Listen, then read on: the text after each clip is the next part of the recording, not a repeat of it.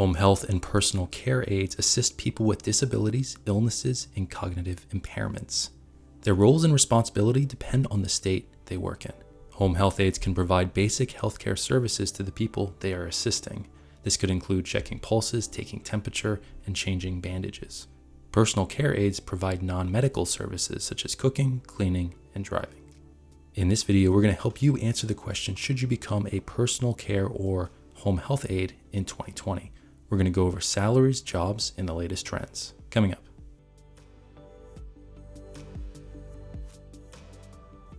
Hey everyone, Stephen Hack here with Career Watch, where we help you with your career search. If you end up enjoying the video, hit that thumbs up to support the channel. All the charts and graphs available in this video are available on my blog at www.careerwatch.co/blog.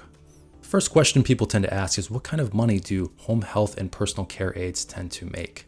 And the best data for this is available from the government, from the Bureau of Labor Statistics. It doesn't include overtime, tips, or anything like that. It's just base salaries. In 1999, the average base salary for a home health aide was $18,810. This rose to $26,440 by 2019. So the total wage growth over this time period would be $7,630, and this comes out to a yearly wage growth of around $400 per year. But as you can see, wage growth kind of has been accelerating since 2014, so that's great news for home health aides.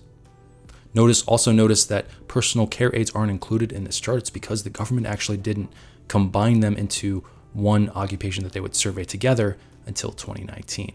So from 2019 and forward, the government is surveying home health aides and personal care aides together. Also using this wage growth, we can actually predict 10 years into the future what home health aides and personal care aides might be earning. So by 2029, using that wage growth number, personal care and home health aides would be making around $30,000. But if wage growth is accelerating like it has been over the past 5 years, these numbers could be a little bit higher. Another thing to consider when it comes to pay is geography. Certain areas of the country tend to pay home health and personal care aides more money than others. There's actually a $15,000 difference from the highest paying state versus the lowest paying state across the country. The highest paying state is the state of Alaska, where the average base pay for a home health and personal care aide would be $34,740. And this is Alaska, for some reason, with healthcare occupations tends to pay higher than other states. I keep seeing this over and over again. The lowest paying state for home health and personal care aides is the state of Louisiana, where the average base pay is $19,680. So again, there is a $15,000 difference between the highest paying state, the state of Alaska, and the lowest paying state, the state of Louisiana. Another thing to keep in mind when it comes to salaries is the pay distribution. The top 10% of home health and personal aides earn more than $34,000 per year.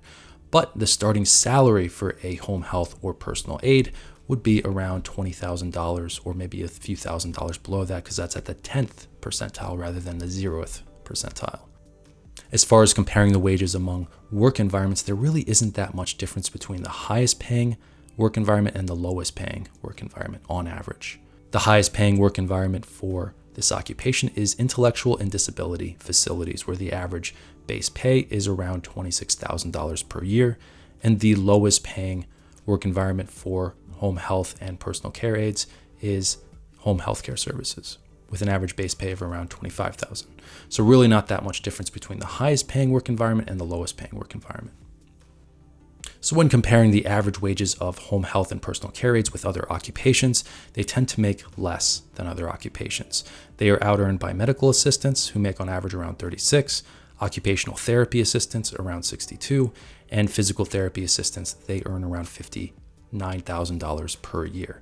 But to be fair, this only requires a high school diploma, or some people actually don't even have a high school degree when entering this occupation, whereas occupational therapy assistants and physical therapy assistants, you typically need an associate's degree to get into that occupation.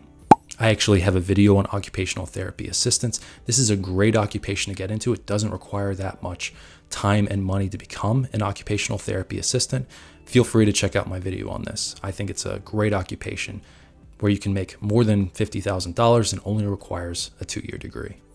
So one of the best parts about this occupation is the job market. There's going to be lots of job opportunities for home health and personal care aides over the next 10 years. The government is predicting a 34% increase in the number of jobs over the next 10 years. And to compare, the average occupation is expected to rise by 4%. So this occupation is expected to grow 8 times faster than the average occupation. So there's going to be plenty of jobs for people in this occupation. The big con, obviously, is the pay. When looking at job opportunities across the country, certain states tend to have the greatest number of jobs, but this is mostly because they have the most amount of people. The state with the greatest number of employed home health and personal care aides is the state of California, with almost 600,000 jobs.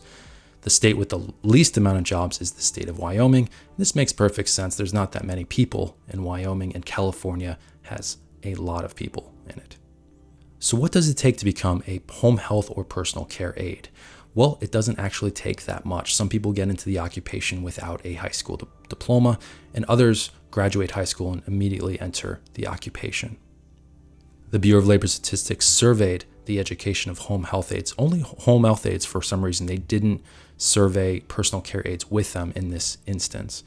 But they surveyed home health aides. They found that 13% had less than a high school diploma, 36% had a high school diploma or equivalent, 31% had some college, 12% had an associate's degree, 7% a bachelor's degree, and 1% had a master's degree. So you definitely don't need higher education to enter this occupation. Typically, you can just enter it right after high school, or even in some cases before high school. So as you can see, there are pros and cons to becoming a home health or personal care aide in 2020. This is a rapidly growing occupation. There is going to be a 34% growth in jobs over the next 10 years. Very few occupations are seeing this level of growth. The big con is the pay. Certain similar occupations have higher pay, but they tend to require more education. I personally really like occupational therapy assistants. I definitely recommend that to people.